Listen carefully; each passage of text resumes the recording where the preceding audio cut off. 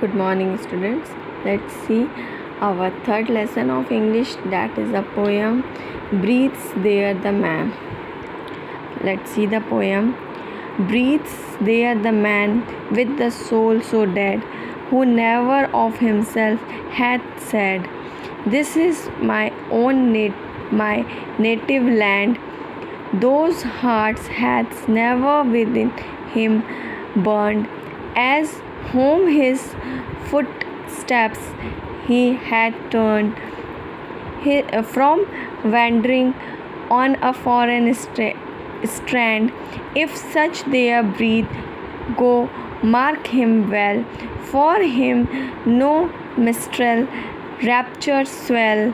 High though his titles, proud his name, boundless his wealth, and as wish can claim, despite those titles, powers, and pleth, the which concentrate all his self, living shall for fit fair renown, and dowly dying shall go down to the vile dust, from whence he sprung, unwept, unhonored, and unsung. This is a poem about the person, about those persons who loves their country, and the persons who are not love their country, they are nothing for the country.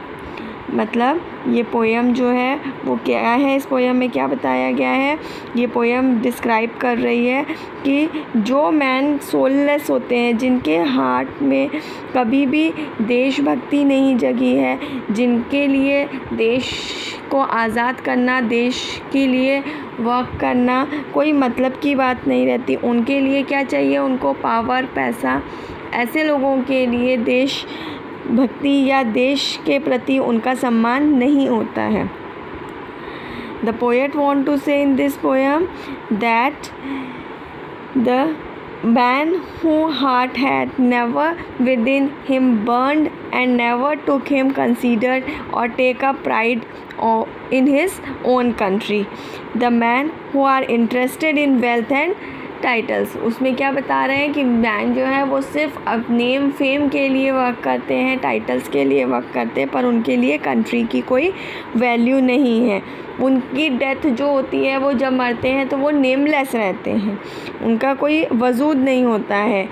और with the mistress with sing about him and lament to death, मतलब वो उनके लिए देशभक्ति के कोई song, कोई मन में प्रेम भाव नहीं होता है. और नेक्स्ट, द मैन वो who have show no feeling towards the country, they are the nameless. Man who has no feeling towards the nation, they have dead souls. जिन मैन के लिए अपने देश के लिए, नेशन के लिए, सोल में, आत्मा में उसके लिए रिस्पेक्ट नहीं है, वो डेडलेस है.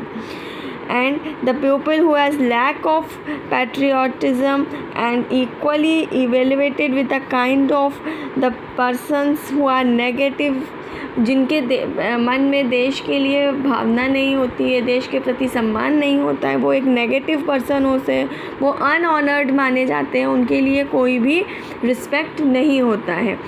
This is the poem about, and you have to write these hard words in your copy. And now move to its exercise part. Let's see its question answers.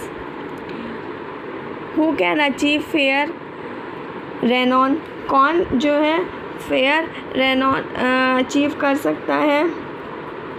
The answer is the one who can die for the country and die for the country for sometimes great nation and achieve the fair यून. जो अपने देश के लिए कुर्बान हो सकता है, वही देश सच्चा देशभक्त कहलाता है. What happen to a man who show no feeling towards his country? क्या होता है उन लोगों के साथ में जो अपने फीलिंग नहीं दिखाते हैं, वो उनकी डेथ के टाइम क्या होता है, वो कैसे माने जाते हैं, वो नेमलेस होते हैं, उनके लिए कोई प्रेजेस नहीं होते, उनके लिए कोई सॉन्ग नहीं सिंग किए जाते हैं. वो कैसे हो जाते हैं, वो हो जाते हैं मतलब देश के लिए उनके लिए कोई रिस्पेक्ट नहीं मानी जाती है. Who has a soul of dead, soul of dead किसकी आत्मा मरी हुई कही जाती है, that the person who have no feeling towards the nation, जिनके मन में देश के लिए कोई रिस्पेक्ट नहीं होता, उनका सोल कैसा होता है, डेड होता है।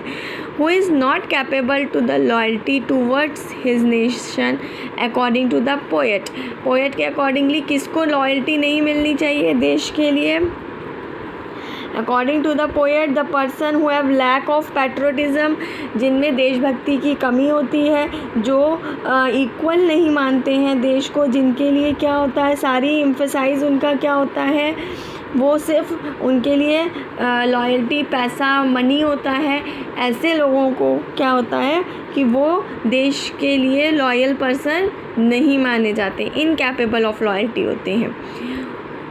How would a person who does not love his country twice, उन पर्सन्स के बारे में क्या होता है जो अपनी कंट्री को बार बार नेगेटिव फीलिंग रखते हैं। The person who does not feel his country native place, वो क्या है, उनको अपनी नेटिव प्लेस नहीं मानते हैं, वो क्या करते हैं दूसरे देश जाते हैं, वहाँ से पैसे कमाते हैं, या हमारे देश में भी रह रहे हैं तो वो क्या सोचते हैं कि ये तो सिर्फ हमारे लिए एक पैसे कमाने का ज़रिया है।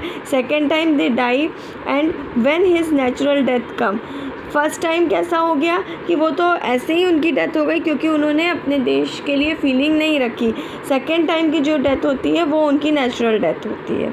Now next, breathes there the man with soul so dead, who never of himself hath said, this is my own, my native land, whose heart had never within him burned।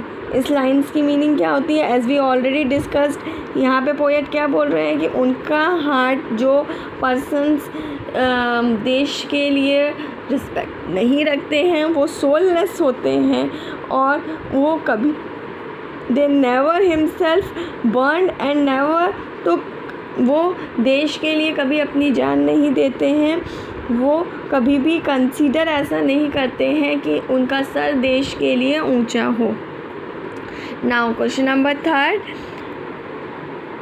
Right any 6 pairs of rhyming words, you have to find the rhyming words. Rhyming words क्या होते हैं, जिन same sound words होते हैं, you have to find these rhyming words from the poem. For example, dead, said, well, swell, this type से आपको अपने lesson से, पोएम से राइमिंग वर्ड्स फाइंड करके इसको कॉपी में लिखना है।